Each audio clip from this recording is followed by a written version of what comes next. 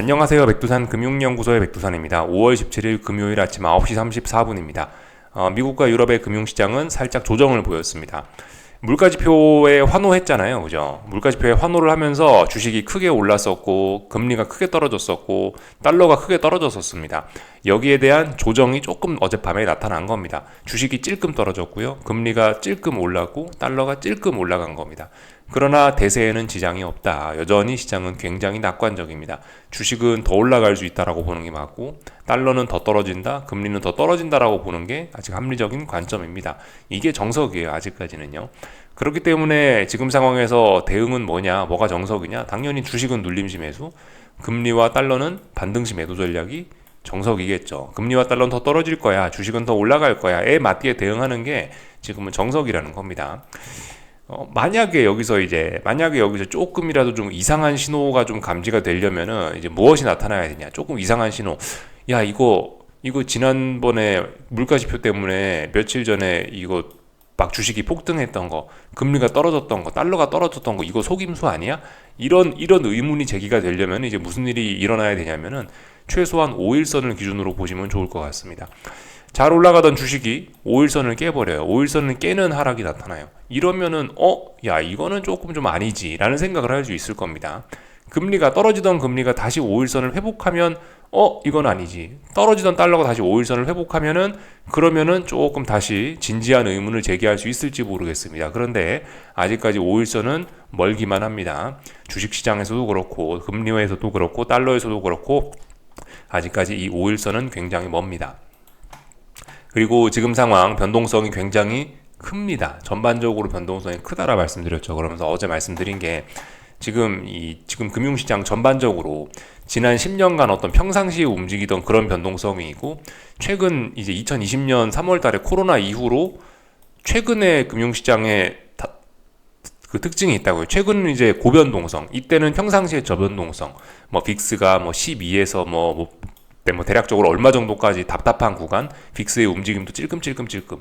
이게 이제 지난 10년간의 어떤 평균치라면은 전염병 사태 이후에는 그때는 지금 고변동성이 됐다고요.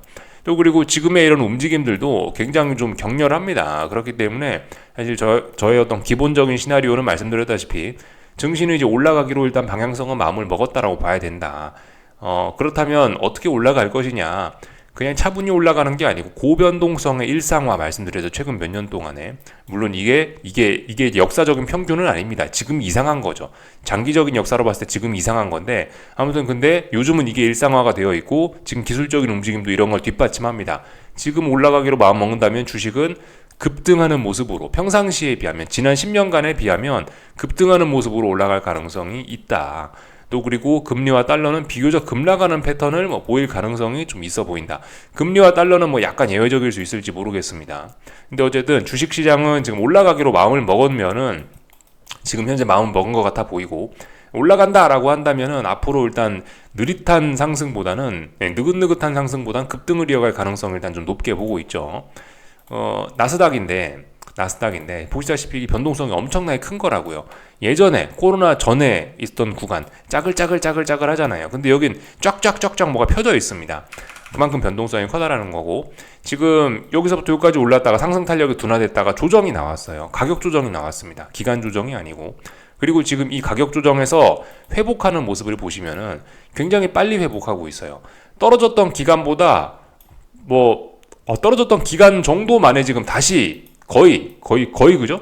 거의 V자로 올라왔다라고 이렇게 볼 수가 있겠습니다. 상승하는 속도가 제법 빠르다고요.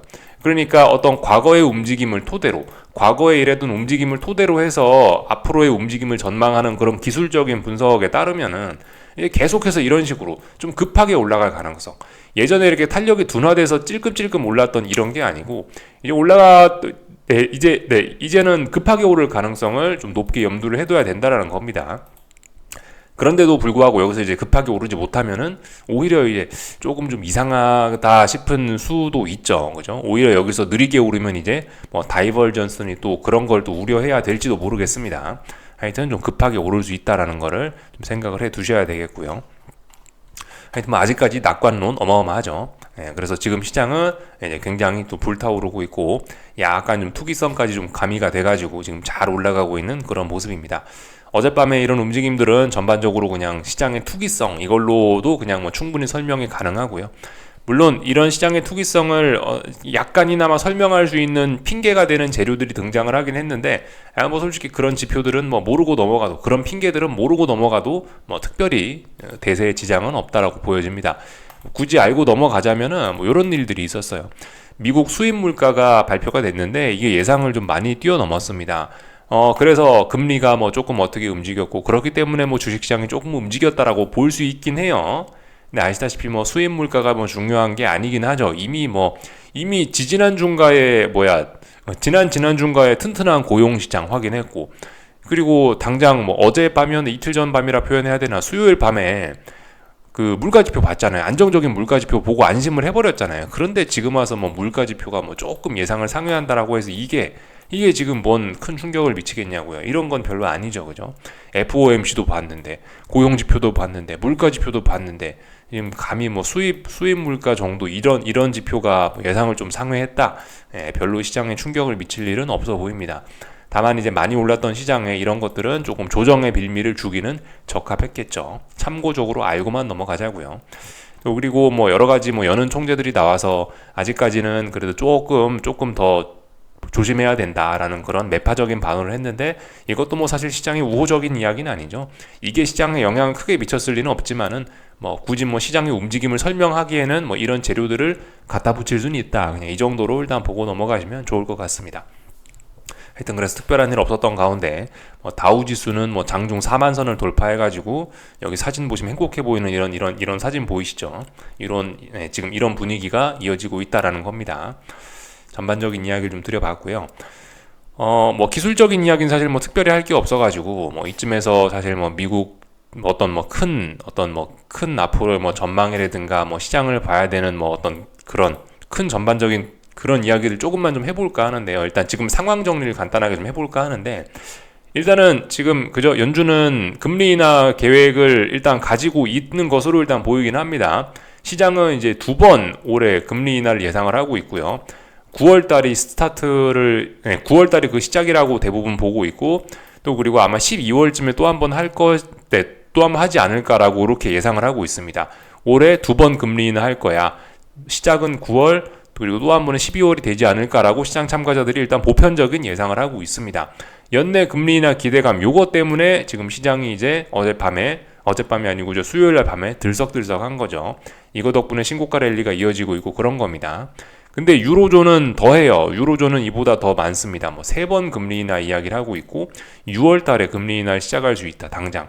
이런 이야기도 하고 있기 때문에 유로존의 금리 인하 기대감이 엄밀히 따지면 더 강합니다. 유로존이 금리 인하를 한다라는 것은 그만큼 어떤 유로존 쪽에 유럽 쪽에 유럽 쪽의 기대감이 더 강하다라는 거죠. 유럽 쪽의 호재가 더 강하다라는 거죠. 그래서 이미 뭐 사실 보시다시피 이거의 영향 때문이라고도 볼 수 있겠죠. 그래서 독일 증시 기준으로 봤을 때는 이미 미국보다 빨리 신고가를 넘어서서 랠리를 펼치고 있는 모습이죠. 독일 증시는요. 유럽 증시는 그런 모습입니다. 하여튼 미국은 일단 유럽이 가장 완화적이고 그 다음이 일단 미국입니다. 근데 어쨌든 경제는 미국이 가장 압도적으로 좋은 상황이긴 하죠. 이런 점들을 일단 참고적으로 아시면 될 것 같고 유로존이 완화적으로 나온다라는 거는 이 달러 인덱스에 사실 큰 영향을 미칩니다. 달러가 급락하는데 큰 영향을 미친다고요. 유로존의 긴축은 달러 상승에 큰 영향을 미치지만 유로존의 완화는 어떤 달러 하락으로 인해서 금융시장에 굉장히 큰 안정을 줄 수 있다는 점 생각을 해보셔야 되겠습니다. 주요 선진국들은 이렇고요. 이제 한국은 그럼 언제쯤 인하하냐? 한국은 아마 이제 9월달에 연준이 금리 인하하는 거 보고 그 이후에 후행적으로 하겠죠. 아마 한 번 정도 뭐 금리 인하를 할 수 있을 것이라고 사람들이 예상을 하는 것 같더라고요. 그래서 보통 10월달 금리 인하를 처음이자 올해 마지막, 올해 한 번쯤 금리 인하하는 걸로 일단 예상을 하고 있더라고요. 환율 문제 등으로 인해서 한국은 너무 급격하게 금리 인하를 할 수는 없는 그런 처지입니다. 참고적으로 알아놓으시면 될 것 같고 아무튼 뭐 그래서 뭐 한동안이 아니고 그동안의 시장이 좀 안 좋아질 수 있다라는 그런 이야기를 좀 전반적으로 했었는데, 그런 이야기의 전반적인 거는 지금 이제 전반적으로 이제 그 연준의 통화 정책 내용이 higher for longer였잖아요. 고금리를 오랫동안 지속한다라는 게 연준의 어떤 통화 정책 기조였는데, 지금 이런 상황에서 고금리가 길게 지속되는 과정에서 약한 경제 주체들이 쓰러질 수 있다. 디폴트, 뭐 어떤 뭐 부도율과 연체율이 늘어날 수 있다. 그런 거를 이제 잘못 버티면은 이제 좀 위험해질 수 있다. 이런 위험성을 좀 많이 중요하게 보면서 제가 아래쪽으로 세상을 좀 안 좋게 좀 봤던 건데, 근데 아무튼 이 대기업들이 워낙 잘 버티고 있다 보니까 중소기업들이나 지역은행들이나 미국 지역은행들, 그런 친구들, 약한 친구들은 계속해서 실제로 많이 쓰러졌습니다만은, 그 얘네가 시장 전체를 얘네가 시장 전반적인 경제 전반적으로 큰 영향을 미쳐서 위기를 유발시키는 데까지는 현재 실패한 모습입니다. 그래서 잘 버티고 있다 이겁니다. 고금리가 오래 지속됨에도 불구하고 굉장히 잘 버티고 있어요. 그래서 미국 경제는 튼튼하긴 하다. 다만 이제 최근에 몇몇 지표에서 확인된 점이 있는데, 뭐 스태그플레이션 우려도 얼마 전에 나오지 않았습니까? 물론 연준이 이제 금방 잠재워 버리긴 했습니다만은, 스태그플레이션 우려도 잠깐 나왔다 사라진 것처럼 이제 어쨌든 근데 살짝 미국 경제도 둔화가 되어 가는 것 같긴 합니다. 이거를 좀 잘 좀 생각을 해보셔야 되는 게, 이게 이제 미국 경제가 부진하다가 아니에요. 미국 경제가 엄청나게 예전에는 빠른 속도로 미국 경제가 굉장히 잘 나가고 있었는데, 급등 형태로 잘 나가고 있었는데, 이게 상승률이 좀 둔화가 된다라는 거지, 이게 지금 미국 경제 둔화된다라는 게 이렇게 아래쪽으로 경제가 안 좋아지는, 역성장을 하는 그런 걸 이야기하는 게 아닙니다. 로켓처럼 성장을 하다가 이 성장세가 조금 둔화된다. 오히려 근데 이거는 더 좋을 수도 있다고요. 왜냐하면 인플레 부담을 줄여줄 수 있기 때문에. 그래서 지금 어쨌든 미국 상황은 굉장히 좋다. 다만 성장이 조금 둔화되는 모습 정도는 나타나려고 하고 있다 이겁니다. 그런데 아무튼 뭐 일부 약한 친구들은 이 와중에 분명히 쓰러지긴 했으나, 중요한 거는 아직 대기업들이 좋다. IT 빅테크, 반도체, 뭐 엔비디아 이런 친구들이 너무 좋다 보니까, 또 그리고 뭐 부유층들의 소비도 계속해서 지속되고 있다 보니까, 그래서 이제 미국 경제가 소비 이런 걸로 인해서 잘 돌아가고 있다 이겁니다. 물론 이제 이 미국인들의 소비도 조금 둔화가 될 수 있긴 있습니다. 왜냐하면은 초과 저축 같은 게 없어졌거든요. 이제 그 2020년에 전염병으로 인해서 미국이 재정 정책을 강력하게 써줘서, 부양책을 써줘서 다들 계좌에 초과 저축, 어떤 많은 저금액을 쌓아놓고 있었는데, 그 저금해놨던 거를 몇 년간 야금 다 써먹으면서 더 이상 이제 초과 저축은 없습니다. 이제 미국은요. 이제는 초과 저축은 없고, 이제는 돈을 벌고 싶으면은 벌어서 써야 되는 입장인데, 그래서 이제 앞으로는 벌어서 써야 되기 때문에 소비가 조금 둔화될 수는 있는 거죠. 그렇기 때문에 미국 경제가 살짝 뭐 둔화되는 건지는 몰라요. 근데 어쨌든 돈을 벌어 써야 된다라 말씀드렸는데, 고용시장까지도 아직 굉장히 튼튼하다는 거를 좀 기억을 해 놓으셔야 됩니다. 아직까지 고용시장은 매우 뜨거운 수준에 속하고 있습니다. 매우 뜨거운 수준이 얼마냐면, 그러니까 비유를 드리자면, 평균 10년간의 어떤 실업률이나 이런 게 있을 거 아닙니까?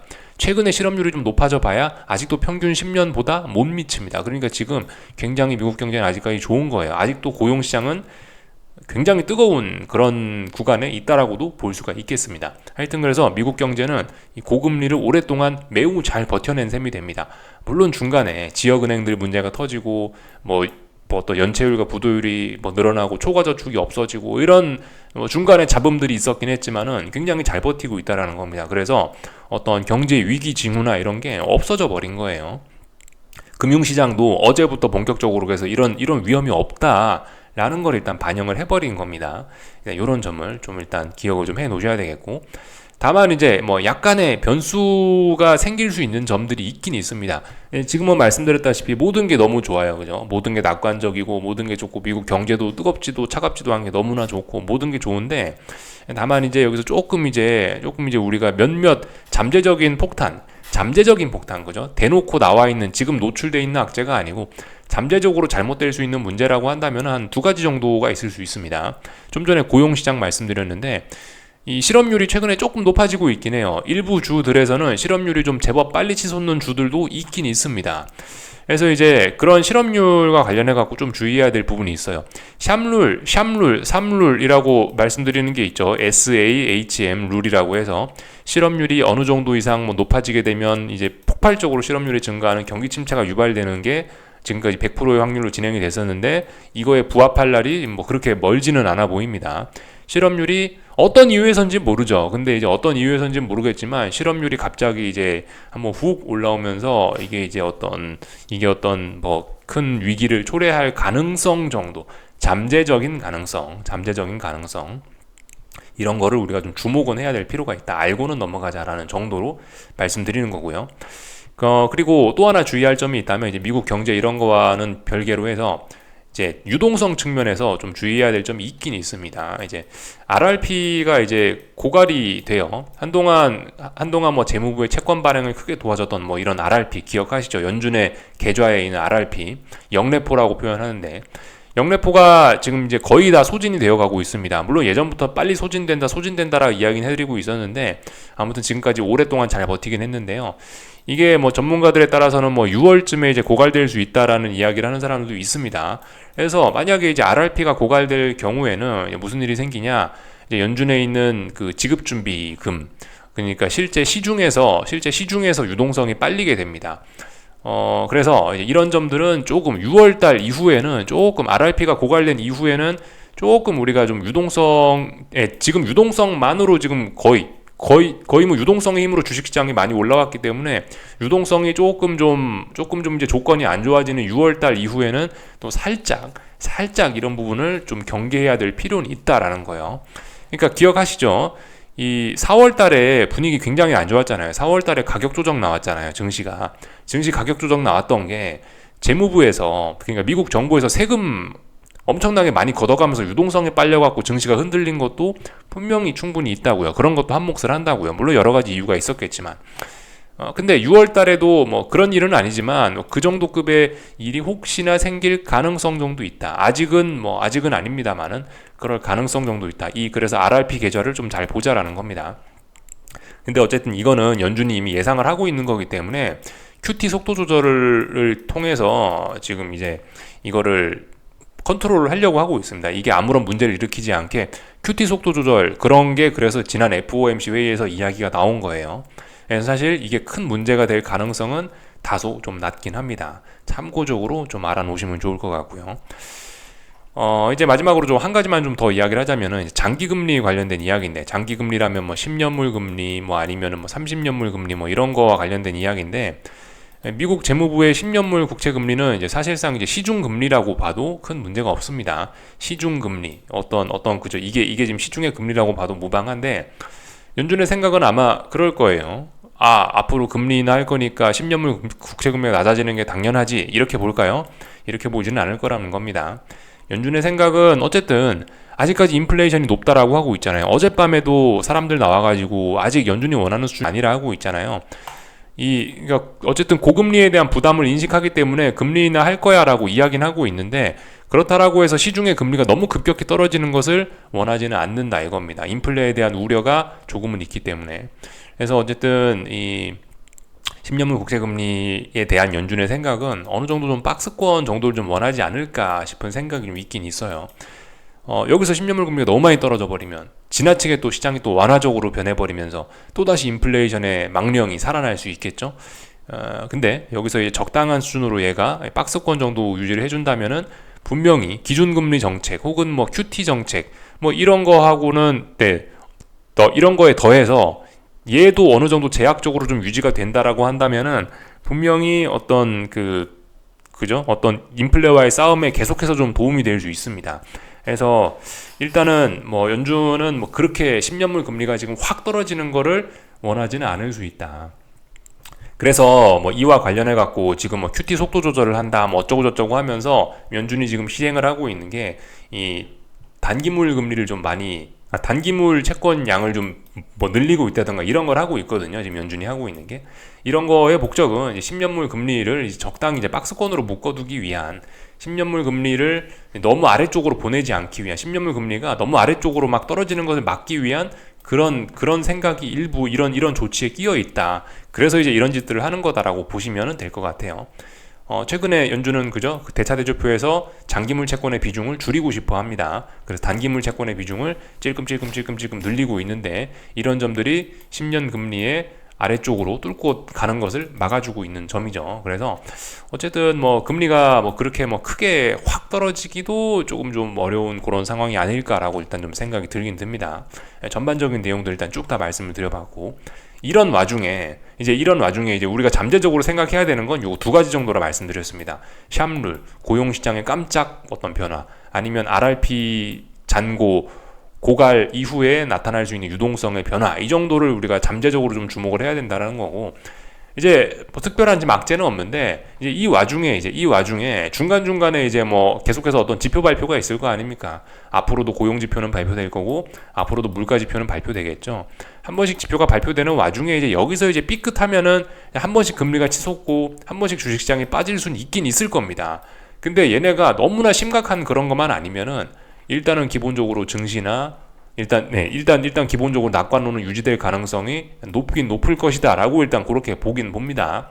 미국 증시 기준 낙관론은 계속될 수 있다.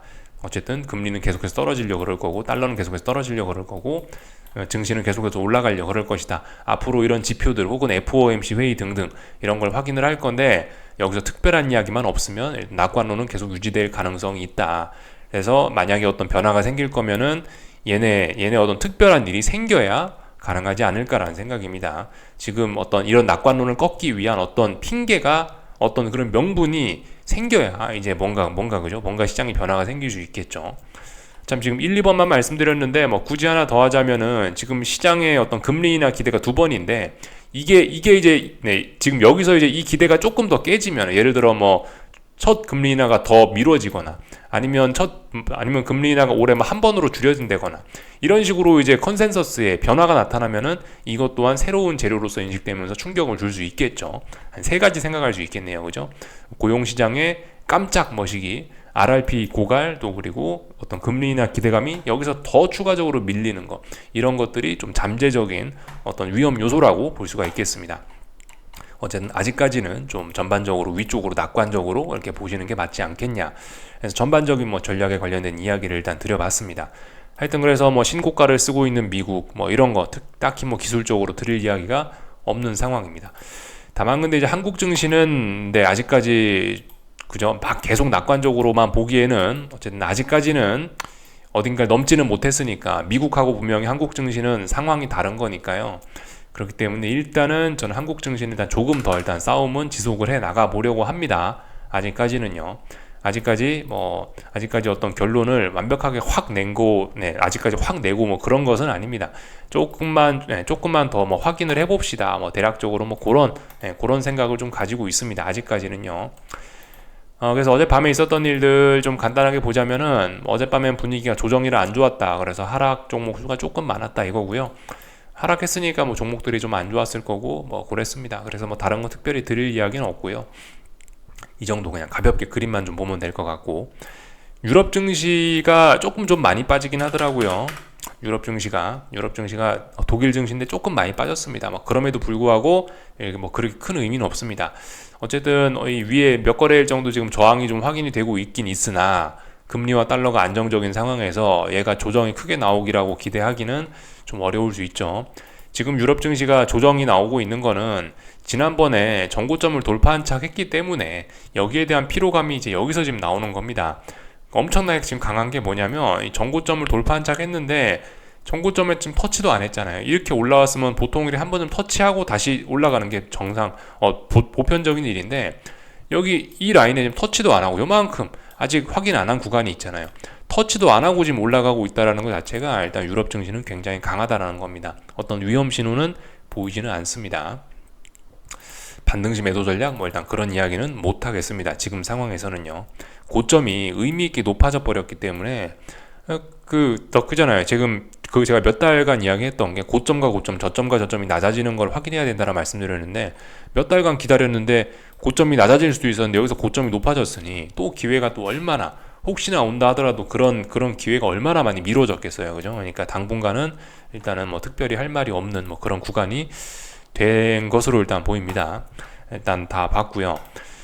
뭐 미국 증시 잘 올라가고 있습니다. 급등에 대한 피로감으로 살짝 하락을 했지만 의미 있는 하락은 아니고, 지금 미국 증시도 나스닥도 굉장히 강한 게 대략적으로 이 정도 선이 18,560 정도 되는 선이 어떤 전고점으로서의 의미 있는 저항인데 터치도 안 하고 있지 않습니까? 그만큼 미국 나스닥도 강하다라는 거고요. 당연한 이야기인 거고, 뭐 S&P도 그래요. S&P도 지금 보시면 전고점에 해당하는 자리가 대략적으로 한 이 정도 보면 될 것 같습니다. 13,010 이 정도 보면 될 것 같은데 터치도 안 하고 있지 않습니까? 그죠? 아직까지 굉장히 강하다라는 겁니다. 이런 상황에서 조금 의미 있게 빠진다라고 하려면 말씀드렸다시피 5일선 정도는 붕괴를 시켜주는 게 좋을 것 같아요. 지금 뭐 나스닥 기준으로 해서 가만히 보세요. 5일선 종가상으로 붕괴시킨 적이 한 번이라도 있습니까? 5월 2일 이후, 5월 3일 이후에는 5일선에 올라타고 나서 붕괴된 적이 한 번도 없어요. 최소한 5일선 정도는 붕괴를 시켜줘야, 5일선 붕괴시키거나 아니면은 제가 좀 전에 그었던 선이 있죠. 여기가 전고점에 해당하는 자리다. 다시 이 자리를 붕괴시키거나 해야 이제 조금 좀 의미가 있을 겁니다. 그렇지 않고는 그냥 계속해서 위로 올라가는 그림. 그래서 어젯밤에 빨리 잤죠. 아무것도 안 하고요. 금리도 뭐 찔끔 조정 나왔죠. 10년 선물입니다. 10년 선물. 이것도 그래요. 이것도 뭐 물론 조금 약해서 5일선 yen 깨긴 했었지만 어쨌든 뭐 최소한 5일선을 깨거나 뭐 그러면은 이제 무슨 이야기를 할 수 있을 겁니다. 아무튼 지금 10년 선물 기준으로 해서는 지금 여기서 버벅버벅 하고 있는데, 여기서 버벅버벅 하는 이유가 이 대략적으로 여기 어딘가가 지금 이제 저항 매물대라 그렇습니다. 여기 보시면 이 자리죠. 지금 제가 네모나게, 이거는 딱 선으로 끄는 게 아니고 일부러 네모로 표시를 한 거예요. 대략적으로 이 정도 범위 내에서 지지와 저항 싸웠었고, 이 정도 범위 내에서 이 자리 상단을 기준으로 해서 여기 지지했었고, 이 자리에서 또한 버벅버벅 했었고, 이 자리 하단을 저항으로 삼아서 한번 급락을 했었죠. 이 범위대는 중요한 범위대인데 여기에 걸려서 지금 조금 상승이 주춤, 선물입니다. 채권 선물의 상승이 주춤하는 겁니다. 그러니까 금리의 하락이 주춤하는 거죠. 금리의 하락이 끝난 게 아니고요. 아직까지는 굉장히 금리는 아래쪽으로 잘 떨어지고 있는 그런 모습입니다. 달러도 그렇습니다. 달러도 어떤 저항에 걸려 있고 뭐 그렇기 때문에, 이건 유로화예요. 근데 뭐 유로화 뒤집으면 달러니까 그냥 이걸로 그냥 보자면은, 얘도 이제 대략적으로 이 정도 어떤, 얘도 대략적으로 지금 여기 이 정도 어떤 매물대에 지금 들어온 겁니다. 이 정도 매물대. 얘도 매물대로 표시하는 게 맞을 것 같아요. 이 정도 범위 내에 들어와 있기 때문에 뭐 상승이 좀 주춤하는 거다. 얘도 그죠? 그러니까 달러 약세도 그냥 가벼운 반등일 뿐이지 계속 지속 중이다. 그죠? 달러 인덱스입니다. 이렇게 일단 볼 수가 있겠습니다. 그죠? 여기 직전 저점, 이 자리 지지력 때문에 이렇다고요. 물론 단기간에 많이 빠져서 그런 것도 있고, 그래서 일단 그죠? 반등시 매도 전략이 일단 정석적으로 보이는 상황이긴 합니다. 그래서 일단 다 봤고요. 뭐 나머지 특별한 거 없죠. 뭐 반도체 지수 이런 것들도 그냥 찔끔 조정, 그러나 분명히 잘 올라가고 있습니다. 워낙 많이 올랐었기 때문에 그런 피로감에 대한 조정에 불과한 거죠. 엔비디아 이런 것도 뭐 전고점이니까 뭐 찔끔 하락했지만 뭐 잘 올라가고 있는 그런 모습입니다. 여러분들 이거 사실상 이제 뭐 아직까지 고점을 넘어가지 못했으니까 신고가 랠리가 시작됐다라 이야기할 수는 없는데, 사실상 의미 있는 음봉이라 말씀드린 게 3월 8일이죠. 이날 음봉을 지금 다 극복한 거예요. 이 정도면은 거의 다 극복했기 때문에 사실상 이제 신고가 랠리라고 이제 볼 수가 있을 것 같긴 한데, 이런 상황에서 이거 어디까지 상승할지 모른다고요. 그죠? 그리고 이게 한번 올랐다 하면은 미친 듯이 올라가는 종목이기 때문에, 한 파동이 지금 얼마예요? 한 파동에서 더블을 냈습니다. 더블. 470에서 940까지 올랐으니까 거의 더블을 낸 거예요. 곱하기 2가 된 거죠. 그러니까 지금 이런 종목, 사실 이렇게 대형주가 이렇게 크게 움직일 수 있는 게 저도 말이 안 된다, 저도 약간 어안이 벙벙하다라고 표현을 하면 맞을 것 같은데요. 근데 아무튼 이런 종목, 이런 종목에 가봐야 얼마나 가겠어 라는 생각이 위험합니다. 아시다시피 지금까지 금융시장에서 있었던 일들을 오래 보면은 여러분들 국제유가가 마이너스도 갈 수 있어요. 저는 그걸 봤던 사람이에요. 아마 여러분들 다들 그거 보셨을 텐데, 그때의 교훈을 잊으시면 안 됩니다. 국제유가 마이너스 갈 수 있는 것처럼 이 세상에 불가능한 일이 없더라고요. 엔비디아도 여기서 이제 상승의 목표치가 사실 어마어마하게 열릴 수 있는 거예요, 지금. 그래서 뭐 엔비디아가 찔끔 오른다, 뭐 찔끔 오르고 막 가봐야 얼마나 가겠어, 이런 생각은 위험할 수 있습니다. 일단 목표치는 어마어마하게 어디까지 갈지 이런 건 모르는 겁니다. 저도 엔비디아가 여기서 뭐 2배 더 오른다라고 그런 이야기는 못 하겠습니다만은, 그렇다고 2배 못 간다라고 딱 집어서 이야기할 수도 없어요. 어떻게 될지 모르는 겁니다. 이런 건 예상을 하면 안 된다라고 봐요. 어쨌든 뭐 이런 엔비디아의 모습을 보면은 제가 말씀드렸다시피 기본 시나리오는 나스닥이 탄력적으로 오른다인데요. 나스닥이 탄력적으로 오른다면 엔비디아도, 뭐 엔비디아가 탄력적으로 오르기 때문에 뭐 나스닥이 탄력적으로 오르는 뭐 그런 일이 나타날 수도 있지 않을까라는 생각을 하고 있습니다. 일단 기본적인 시나리오는 그래요. 근데 이제 만약에 이제 엔비디아가 못 오를 수도 있죠. 그죠? 뭐 제가 이야기한 게 진리가 아니니까 어떻게 될지 모르는 겁니다. 세상 일이. 엔비디아가 근데 잘 못 올라가고, 예를 들어 근데 이번에 이제 막 신고가 랠리를 한다라고 가정을 하고 신고가 랠리를 한다라고 하면은, 신고가 랠리를 하는데 여기서 이제 애플 같은 이제 소외됐던 친구들이 올라간다. 그럼 이제 지수의 탄력은 생각보다 둔화될 수 있습니다. 이런 점들 좀 고려해 보셔야 돼요. 일단 기본 시나리오는 탄력적으로 오른다가 기본 시나리오이긴 한데 느리게 올라갈 수도 있는 거 아닙니까? 그죠? 그럼 못 올라갈 수도 있는 거고. 아무튼 그런데 만약 느리게 올라간다라면 소외됐던 친구들이 꾸역꾸역 올라가면서 꾸역꾸역 올라가는 그런 모습이 나타날 수 있다라는 거. 탄력적으로 움직인다 그러면 엔비디아가 대장이 다시 대장이 크게 움직일 가능성이 높다라고 보셔야 되겠고요. 그죠? 이 정도 이야기를 쭉 다 해봤습니다. 그래서 일단 어젯밤 있었던 일들은 가볍게 이렇게 지켜보면 가볍게 말씀드리면 될 것 같고, 변동성 지수도 일단 뭐 찔끔 일단 뭐 하락이 일단 멈추는 모습, 중요한 지지선 부근이니까 일단 찔끔 멈추고 있습니다. 지금 상황에서 이제 명시적으로 나와 있는 시장의 악재는 이제 그런 거죠. 뭐 지금 기술적인 이런 단기 급등 피로감 이거 말고는 없습니다, 지금. 근데 이 부분이 아직 소화된 건 아니니까 2, 3거래일 정도 보자라 말씀드렸는데, 어제가 첫날이었고 이제 한 몇 거래일 정도 좀 더 살펴보자고요. 오늘 밤, 내일 밤 이 정도 좀 더 살펴보자고요. 픽스가 어떤 반응을 보이나, 그리고 뭐 금리와 달러가 어떤 반응을 보이나, 주식시장이 어떤 반응을 보이나 조금만 좀 더 확인해 보자고요. 다 말씀드렸고요. 구리 가격은 어젯밤에 하락 마감했습니다. 드디어. 그래서 지금 물론 얘도 아직 5일선을 지키고 있습니다. 뭐 얘도 일단 최소한 5일선은 깨고 나서 이야기하는 게 맞을 것 같긴 한데요. 아무튼 구리 가격 좀 주의를 해야 될 것 같습니다. 구리는 해먹을 만치 해먹었다라고 봅니다. 이 역사적 고점 자리를 너무나 성급하게 넘어섰고, 어떤 상승에 대한 목표치를 좀 다소 좀 오버슈팅을 좀 한 그런 경향이 좀 보인다라고 좀 생각이 되고요. 그리고 최근에 더군다나 대량 거래와 윗꼬리, 긴 윗꼬리 엄청난 변동성을 좀 보여줬기 때문에 이 정도면은 개인적으로 심증적으로 봤을 때 어떤 추세 전환 가능성이 있지 않겠냐. 이제 여기서부터 여기까지 올라오던 구리 가격 여기까지 올라오던 상승은 끝나고 이제 좀 깊은 조정이나 하락 전환을 하지 않겠냐라는 그런 심증을 가지고 있습니다. 근데 구리 가격이 연동이 많이 되어 있는 게 중국 증시하고 좀 연관이 좀 많이 되어 있죠. 물론 중국 증시 어젯밤의 분위기는 나쁘진 않았습니다. 미국 증시는 좀 조정을 보이는 가운데도 중국 분위기는 계속해서 나쁘진 않았습니다. 뭐 부양책의 힘인가요? 청개구리라 그런가? 미국과 유럽 증시가 하락하니까 또 뭐 중국 증시가 올랐던 것일까요? 하여튼 중국 증시도 어젯밤에 나쁘진 않았는데 이건 A50 지수입니다. 근데 분명히 중국 A50이나 상해종합이나 지금 여기 어디 저항을 못 넘고 있는 건 맞습니다. 중국 증시와 구리 이런 자산들은 조금 좀 주의를 해야 될 필요가 있지 않을까라는 생각을 일단 계속해서 유지는 하고 있습니다. 물론 이제 어제 말씀드렸죠. 지난번에 진입했던 중국 하방 물량은 빨리 털어버렸다고요. 지금 현금만 들고 좀 가만히 지켜보고 있습니다. 달러는요. 그래서 다 일단 말씀을 좀 드렸고요. 국제유가 답답한 구간 안에서 아래쪽으로 가는 시도는 끝나고 위쪽으로 이제 올라가는 상승 시도를 하고 있다라 말씀드렸죠. 어젯밤에도 상승 시도 진행 중인데 만만치가 않습니다. 저항이요. 그래서 답답한 구간 안에 계속해서 닫혀 있고, 그죠? 골드, 금값도 그렇다고요. 지난번에 너무 많이 올랐었기 때문에 눌림시 매수가 맞는데 상승 탄력이 많이 떨어져가지고 뭐 솔직히 좀 매력은 좀 없어 보이는 그런 자리에 왔습니다. 하여튼 뭐 이쪽에서 금 매집 이야기를 드렸었는데, 여기서 매집하셨던 분들은 중장기적으로 들고 가실 분들은 그냥 계속 들고 가시거나, 아니면 이제 제 생각에 뭐 당분간 이제 금은 뭐 어쩌면 좀 관심을 좀 끄는 게 좋지 않을까 싶기도 하고, 당분간은 좀 재미가 없어진 뭐 그런 모습이 좀 돼가지고요. 예, 그렇게 봅니다. 중장기적인 상승세는 아직까지 뭐 틀림이 없어 보이는데 워낙 답답해졌으니까 좀 재미없는 자산이 되지 않았나 싶습니다. 다 봤습니다. 다 봤고요. 한국 증시는 뭐 좀 오늘 분위기가 안 좋긴 하네요. 삼성전자가 계속해서 약해서 그런가 봅니다.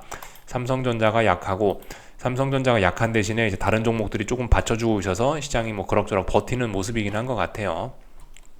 하여튼 삼성전자 계속해서 재미없는 종목이라고 그런 이야기를 드리고 있긴 합니다. 삼성전자 이 3중 고점형 가능성 있는 거죠. 삼성전자 여전히 뭐 물론 시장이 낙관적이니까 삼성전자도 좋게 보긴 보는데 아무튼 아직까지 신고가 랠리를 가고 그런 건 아니니까 얘는 좋게만 볼 만한 그런 근거는 없으니까 얘는 분명히 안 좋은 근거들도 보이고 있고 안 좋은 게 일단 눈에 보이니까 그에 맞게 좀 대응을 하는 게 아직까지는 좀 의심의 눈초리를 가지고 있는 게 맞을 것 같습니다. 삼성전자는 지난 1년 넘는 상승을 끝내는 추세 전환 과정 중에 와 있는지도 몰라요. 지금 와 있다라고도 충분히 볼 수 있습니다. 그래서 주의하셔야 되겠다.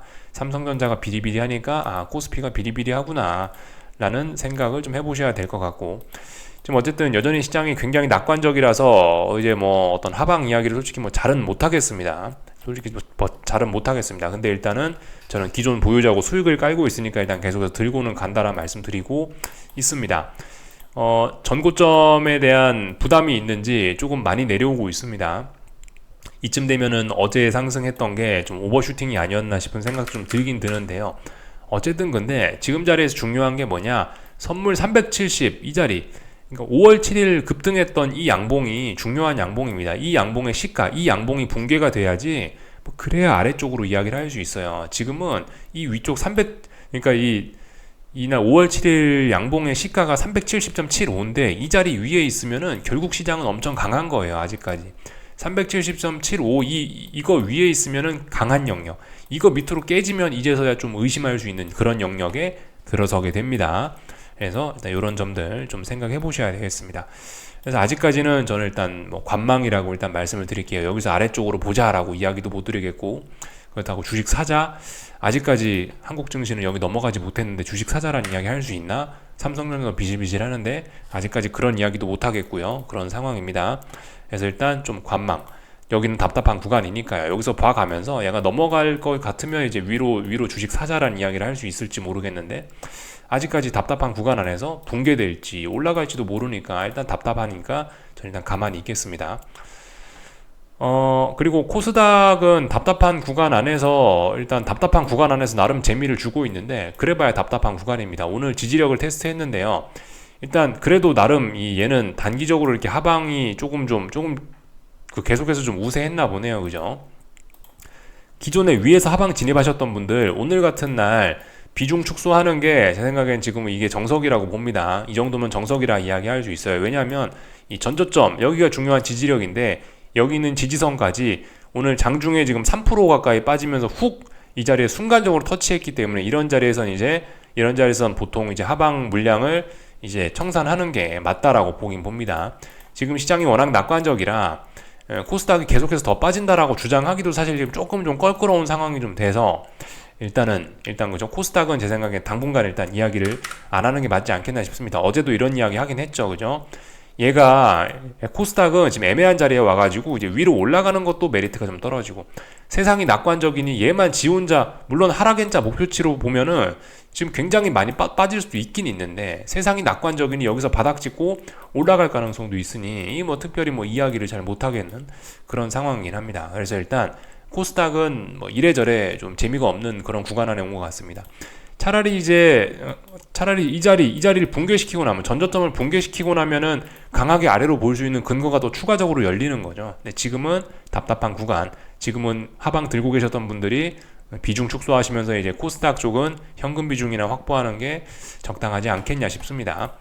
다 말씀드렸고요. 원달러 환율은 제가 어제 설명을 한번 드리긴 했는데 너무 좀 어떤 선도 대충 긋고 한 것 같아서 선을 좀 그어봤어요. 저점과 저점, 의미 있는 저점 연결하면 되고요. 의미 있는 고점 연결하면 됩니다. 결국 환율은, 우리나라 원달러 환율은 사실 엄밀히 따지면 아직까지 상승 추세이긴 해요. 그죠? 아직까지 상승이 끝나진 않았어요. 이 큰 관점으로 보면요. 근데 지금 워낙 낙관적으로 변했고, 제가 쭉 브리핑한 것처럼 지금 뭐 달러 인덱스도 그렇고 지금 어쨌든 막 미국의 완화적인 정책으로 인해서 달러가 좀 전반적으로 약세로 전환될 가능성도 좀 있기 때문에 지금 상황에서는 이 정도 했으면 이제 중장기적으로 몇 년간 들고 오던 달러를 놔주는 게 맞지 않겠냐라고 일단 이야기는 어제 한번 드리긴 드렸었죠. 어제 종일 이제 그 얘기를 드리긴 했었었죠. 지금 사실 엄밀히 보면 기술적으로는 아무튼 박스권 중간 정도 자리에서 다시 중간 정도 자리를 회복하려는 듯한 일단 그런 모습입니다. 이거 대략적으로 이렇게 움직이고 있잖아요. 이거의 가운데 선을 정확하게 그어 보면은 지금 이 선을 살짝 회복하는 듯한 모습이긴 합니다. 그래서 뭐 말씀드렸다시피 보통은 이제 팔기로 마음 먹었으면 그때 바로 파는 게 맞긴 맞는데 워낙 단기간의 움직임이 좀 급했기 때문에 뭐 하루 이틀 정도 좀 더 지켜볼 수 있다라고 이야기를 드렸습니다. 오늘 종가가 만약에 어제 음봉을 이렇게 시가를 돌파한 장에서 어제 시가가 얼마죠? 1354원인데 54원 돌파해서 이렇게 마감을 해버린다면은 조금 더 지켜볼 수 있습니다. 조금 더 좋은 가격에 팔 기회가 올 수도 있어요. 어제 음봉 극복한다, 54원 돌파 한착한다라는 건 큰 의미가 있을 거고, 이것도 말씀드렸다시피 결과적으로 5일선 돌파 한착이 어떤 큰 의미를 가질 겁니다. 아직까지는 급락에 대한 반등까지밖에 안 되는 겁니다. 지금 요렇게 떨어지는 그런 추세에 있는 거죠.